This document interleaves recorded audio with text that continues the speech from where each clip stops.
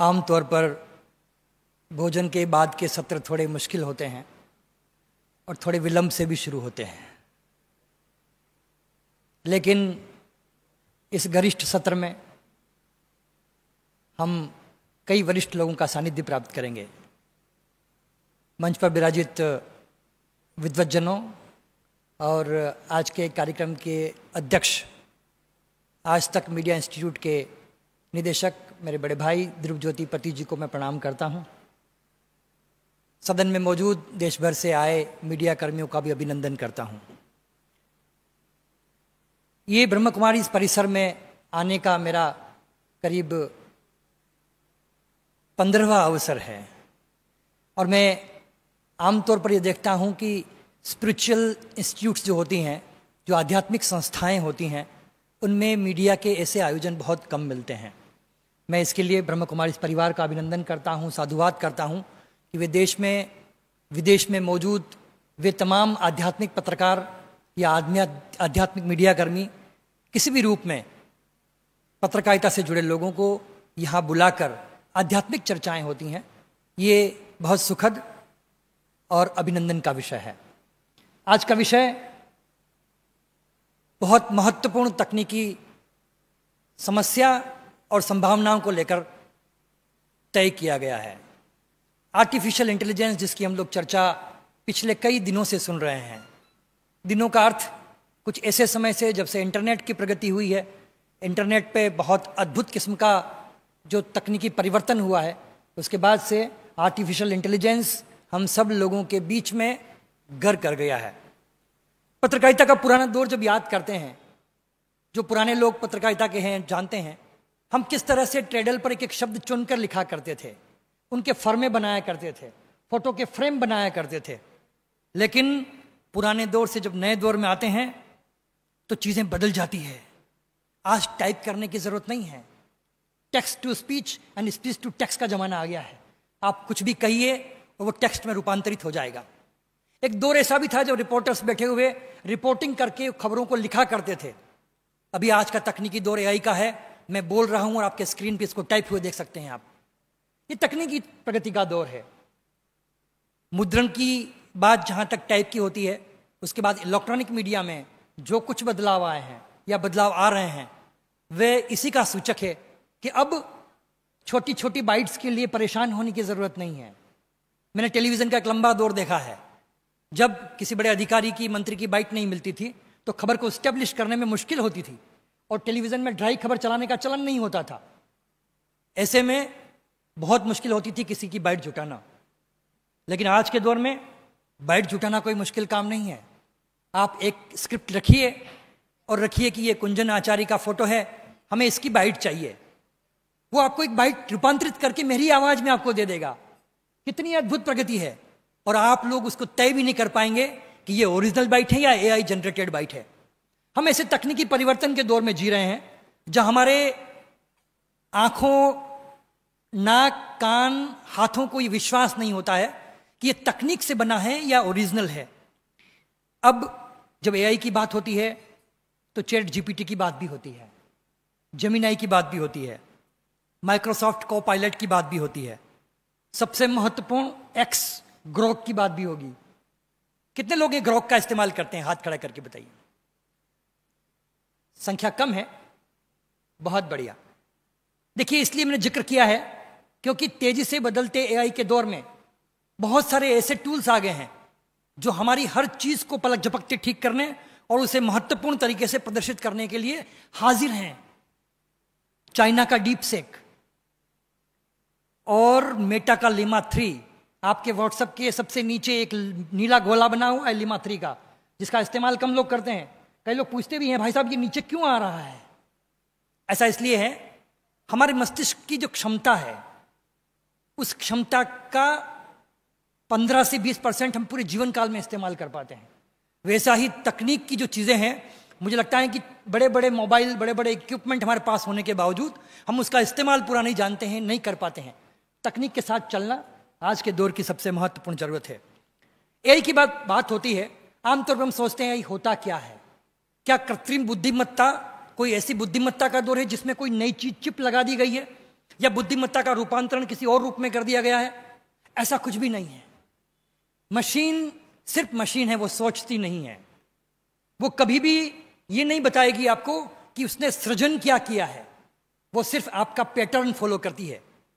AI क्या है आप समझिएगा। अगर आप भोजन करते हैं, भोजन करने के बाद हाथ धोते हैं, हाथ धोने के बाद सौंफ खाते हैं, ये आपका रोज का एक पैटर्न है, चाहे लंच करें चाहे डिनर करें। मशीन ऐसा ही करती है। उसने अगर भोजन की कार्य प्रणाली को फॉलो किया है तो उसे पता है आदमी भोजन करने के बाद हाथ धोएगा। एआई उसे टूल्स को फॉलो करता है, उसी पैटर्न को फॉलो करता है। तमाम तरह की दुनिया भर के जितने पैटर्न इंटरनेट के महासमुद्र में सेव है, वो सारे पैटर्न सर्च करके, रिसर्च करके आपके सवालों का जवाब देता है। अगर आप पूछते हैं कि ग्रोक मुझे एक प्रेम कविता लिखनी है और मुझे एक प्रेम कविता अपने मित्र को देनी है, तो क्या मुझे लिख सकते हैं? बरसात हो रही है और एक प्रेम कविता लिखनी है। वो 2 मिनट में आपको, 2 मिनट तो ज्यादा है, वो 30 सेकंड में आपको एक प्रेम कविता लिख के देगा, क्योंकि उसे पता है प्रेम कविता के पैटर्न क्या है।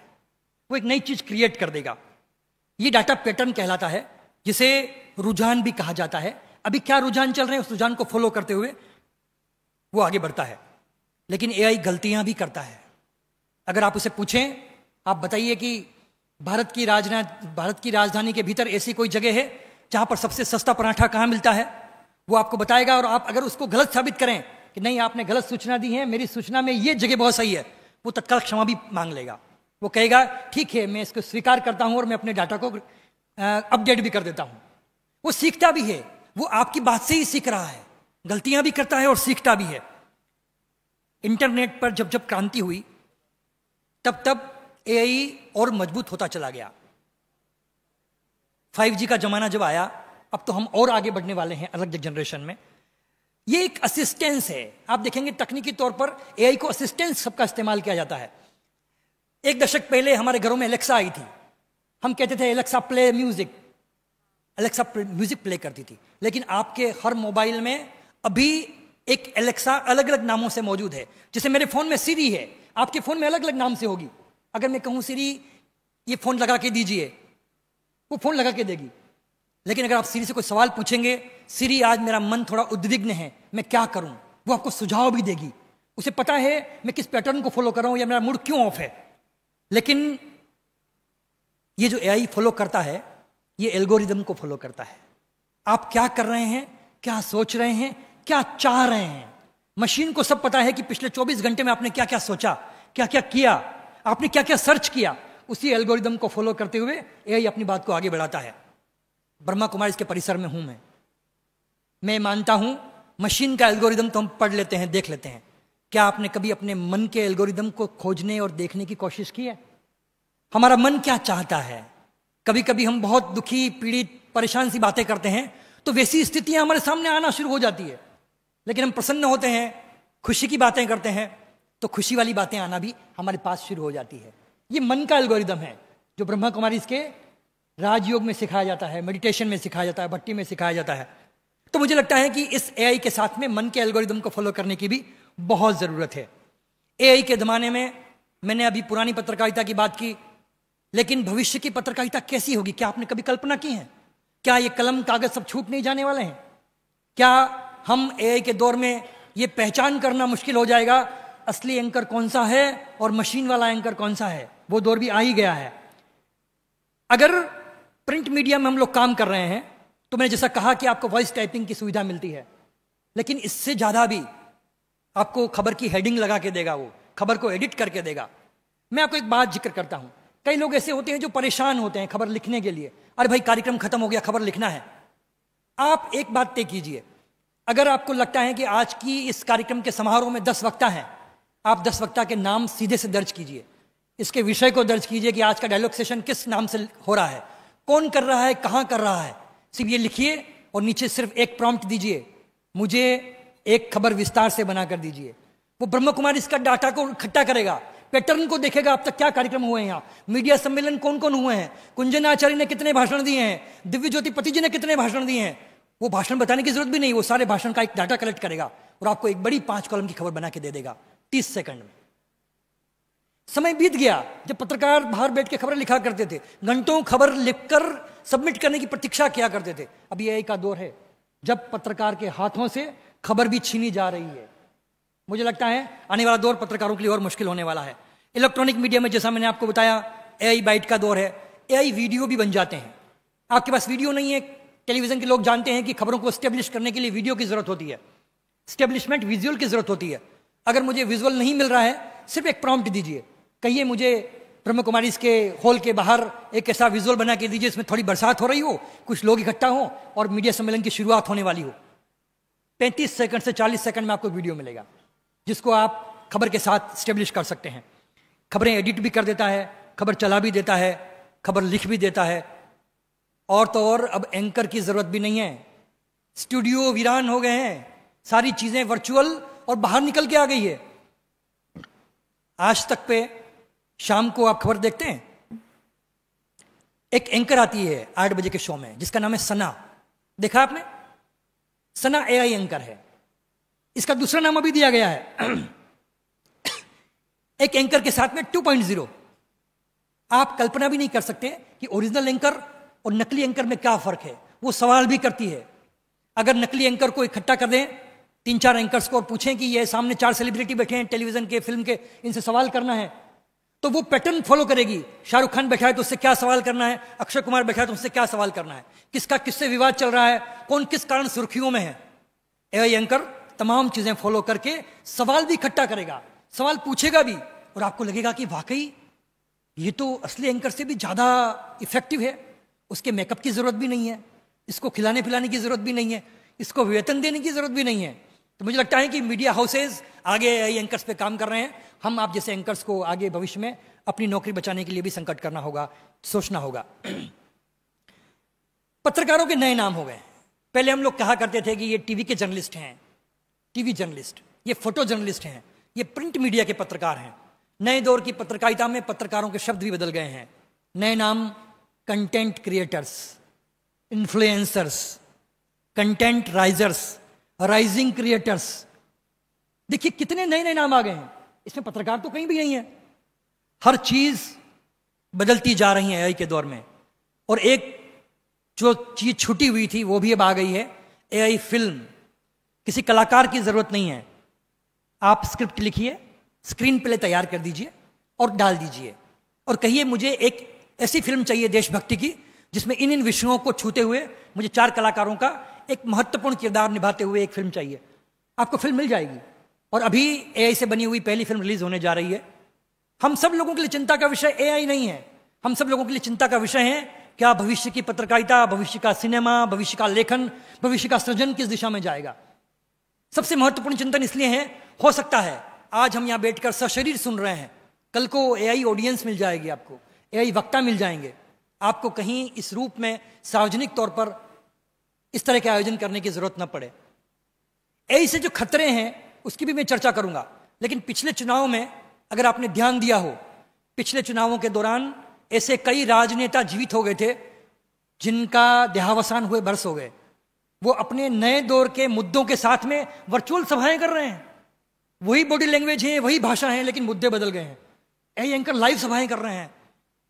तो देखिए भविष्य में जो चीजें बदलने वाली हैं उन सब को हमें समझना देखना भी होगा।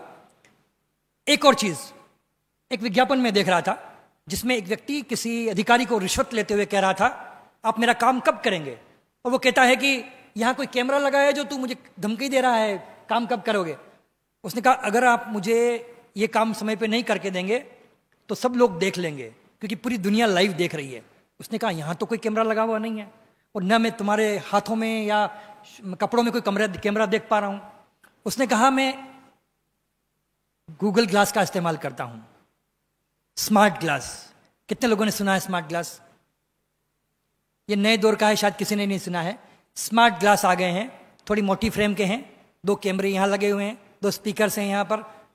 आपको कॉल सुनने की जरूरत भी नहीं है, कॉल यहीं से सुन सकते हैं, यहीं से कॉल कर सकते हैं। फिल्म अगर देखना है, वीडियो देखना है तो 3D की इमेज में थोड़ा दूर करके देख सकते हैं। यहां कैमरा ऑन करके रिकॉर्ड कर सकते हैं कुछ भी। कितना जबरदस्त बदलाव आया है। सिर्फ 25,000 का एक मेटा ग्लास है, आप इसको लेकर एक अपनी नई दुनिया लिख सकते हैं, नई दुनिया रच सकते हैं। क्योंकि तकनीक के साथ कदमताल करना पत्रकारों का दायित्व है, जरूरत भी है। हम जिस यूनिवर्स में जी रहे हैं उस यूनिवर्स के पैरेलल एक नया यूनिवर्स है जिसका नाम है मेटावर्स। सुना है किसी ने?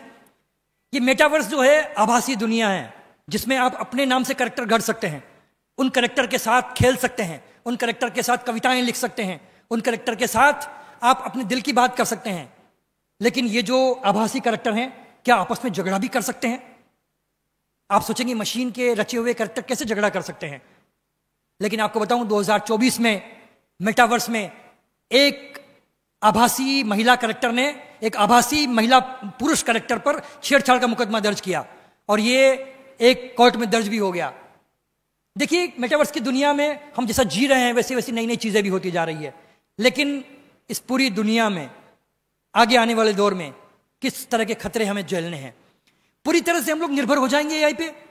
मुझे लगता है हाँ, हम निर्भर होने जा रहे हैं, क्योंकि ऐसी कई सारी चीजें हैं जो निर्भर हो गए हैं, आगे भी होते जा रहे हैं। सृजन खत्म हो जाएगा, कागज कलम खत्म हो जाएगी, रोजगार खत्म हो जाएंगे। डीप फेक, आपका वीडियो इस तरह से दिखाया जाएगा जैसे आप ओरिजिनल हैं। रश्मिका मंदाना के केस में चूंकि उसने केस दर्ज किया तो पता चल गया। ऐसे कई मामले हैं जिसमें पता भी नहीं चलता है कि डीप फेक से बनाई गई वीडियो आपके चरित्र पर अंगुली भी उठा सकते हैं। ऐसे कई वीडियो असली और नकली का फर्क करने में भी मुश्किल होती है।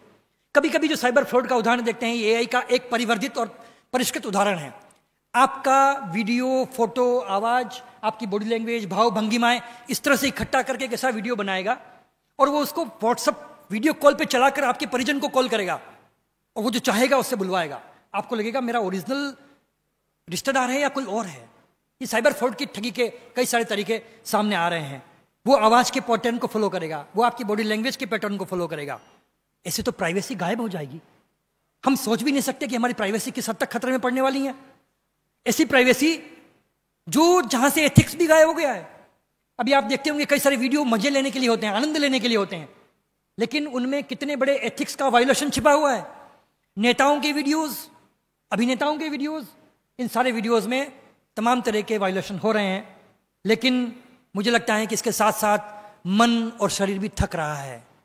कंप्यूटर सिंड्रोम आ रहा है, कंप्यूटर विजन सिंड्रोम आ रहा है, इंटरनेट एडिक्शन आ रहा है, सोशल मीडिया फोबिया आ रहा है, ऑनलाइन एंग्जाइटी आ रही है, और सबसे बड़ा फोमो, हम क्या मिस करने वाले हैं।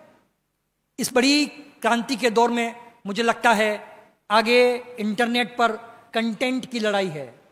सबसे बड़ी चीज कंटेंट की लड़ाई है, क्योंकि इंटरनेट एक क्रूर व्यावसायिक माध्यम है जो कंटेंट के माध्यम से चलता है, व्यावसायिकता के माध्यम से चलता है।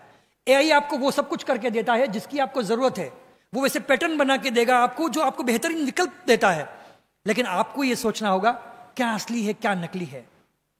कई बार समय सुझाव मन में आता है, मन में भी आता है कि क्या कहीं असली और नकली का फर्क कर सकते हैं, या आपको लगता है कि कहीं आपकी वीडियो का, फोटो का मिसयूज हुआ है, या आपके किसी ऑडियो पैटर्न का मिसयूज हुआ है, तो निश्चित तौर पर आपको विजिलेंट होना होगा।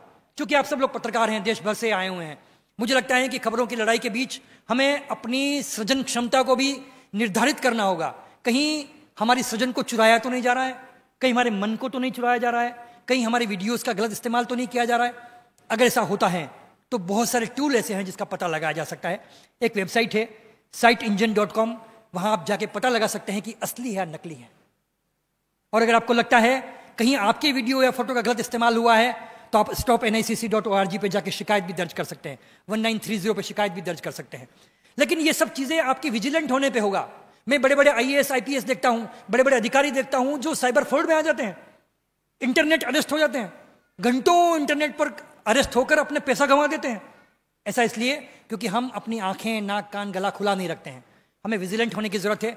एआई की चुनौतियां बहुत हैं, एआई के खतरे भी बहुत हैं, लेकिन एआई भविष्य की पत्रकारिता का एक नया नमूना पेश करने वाला है। अगर हम इसे संभावना के तौर पर देखें तो मुझे लगता है बहुत बेहतर होगा। खतरे के तौर पर देखें तो आंख खुली रख के सिर्फ नजर रखने की जरूरत है।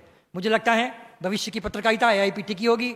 भविष्य में सिर्फ एथिक्स बचा रहे तो मुझे लगता है पत्रकारिता बची रहेगी। ये हम सब लोगों के लिए सोचने और करने का विषय है। आपने मुझे आमंत्रित किया, बहुत बहुत धन्यवाद, शुभकामनाएं। लेटेस्ट अपडेट्स और ताजा तरीन खबरों के लिए TV1 इंडिया लाइव को सब्सक्राइब कीजिए और नोटिफिकेशन पाने के लिए बेल आइकॉन को दबाना मत भूलिए।